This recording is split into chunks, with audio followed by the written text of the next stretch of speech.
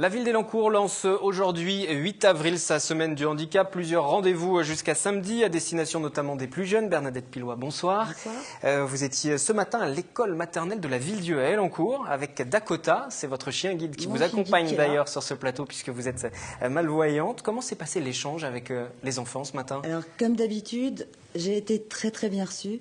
Et ma venue avec mon chien était bien préparée par la maîtresse.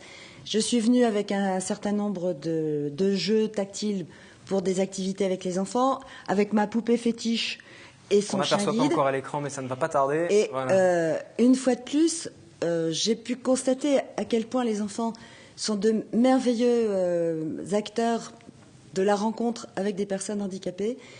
Un exemple touchant, la maîtresse m'a dit que quand elle avait annoncé ma visite, un certain nombre d'enfants avaient dit « Oh oui, mais on a peur des chiens ». Et ce matin, aucun des enfants n'a eu peur de mon chien. Bien préparé par la maîtresse, ouvert à la différence, ces enfants m'ont posé des questions bien plus intelligentes que la plupart des adultes.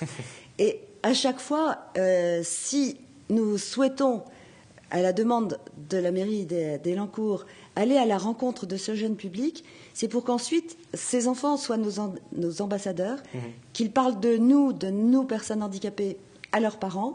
Et oui, c'est très positif tous les ans. Quelles sont les questions justement que vous posent ces enfants? Alors, je le rappelle, cette semaine est organisée dans le cadre d'une semaine du handicap. C'est organisé par la ville d'Elancourt. C'était sur une des écoles, mais ces quelques enfants que vous avez, avec qui vous avez échangé, vous ont posé quel type de questions? Alors, le type de questions, c'est d'abord, bon, je porte des lunettes noires. Et ce qui est très important pour eux, c'est de savoir si j'ai des yeux. Oui, c'est ma rétine qui est abîmée. Donc, j'ai des yeux, donc je leur montre que j'ai des yeux. Et ils me demandent, mais comment ça se passe? Et à quoi il sert ton chien? Et donc, je leur montre, en général, il y a un parcours d'obstacles dans la classe, et ils sont très admiratifs, et ils sont touchés par le fait que je ne me cogne jamais. Ils remarquent, mais alors tu ne te cognes pas avec ton chien.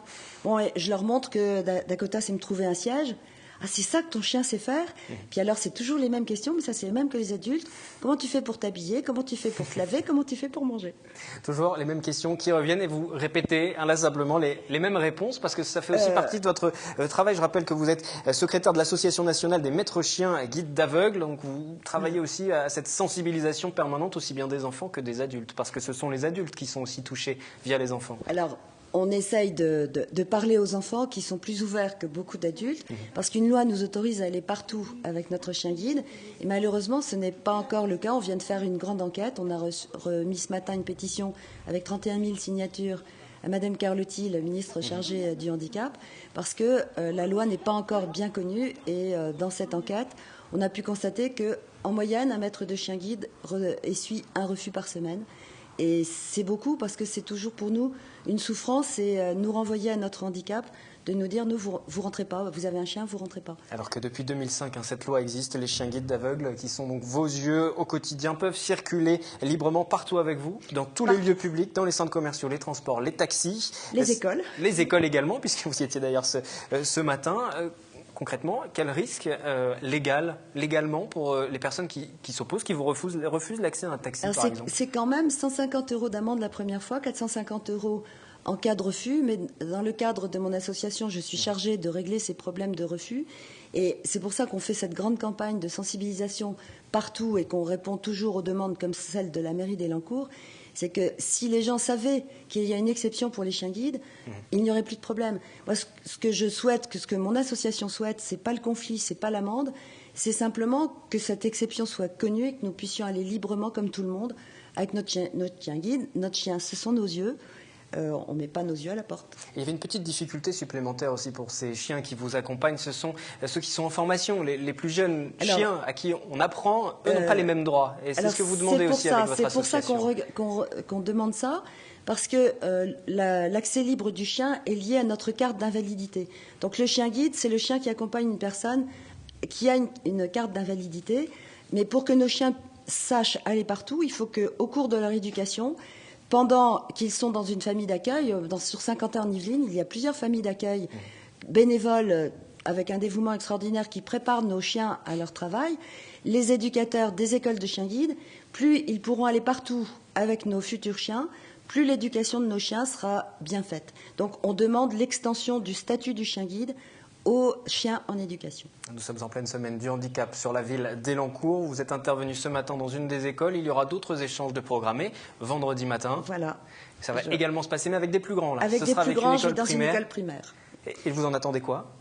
J'en attends d'abord un plaisir personnel énorme parce que j'adore les enfants. J'ai 9 petits-enfants, alors 28 ou 30 de plus, je trouve ça super. Et j'attends surtout de ces contacts que la personne handicapée, quel que soit son handicap, soit avant tout considérée comme une personne, parce que c'est très important pour nous que derrière notre handicap, on voit que nous sommes des personnes. Et vous avez le sentiment que le message passe? Vous qui chaque année revenez sur ces semaines du handicap, qui rencontrez régulièrement ces enfants, ces plus jeunes? Je suis sans doute une optimiste invétérée, mais si je n'étais pas optimiste, je ne ferais pas tout ce que je fais. Je trouve que les choses s'améliorent quand même. Merci Bernadette Pilois, écrivain public également. Vous intervenez dans le cadre de la semaine du handicap à Élancourt auprès de ces jeunes élèves et le prochain échange est prévu vendredi. C'est l'école élémentaire du Gandouget. Merci à vous. Autre rendez-vous aussi à signaler qui s'adresse à tous cette fois-ci, c'est l'élan signe. Jeudi à partir de 19h, une rencontre pour découvrir la langue des signes. C'est à la ferme du Mousseau, un échange avec des personnes malentendantes qui vous guideront dans la découverte ou l'apprentissage de ces codes. L'opération élan signe existe d'ailleurs depuis 2 ans sur la commune. Ce type de réunion se déroule chaque mois avec l'association socio-culturelle des sourds de Saint-Quentin en Yvelines. Vous en apercevez quelques images que nous avions réalisées lors du lancement justement de ce Café Signe à Élancourt. Le programme complet de la semaine du handicap est sur le site de la ville d'Élancourt. Nous continuons à parler de ces questions de société. On va parler du sida à présent. On va débriefer ces dons qui sont en hausse pour le SIDAction 2013.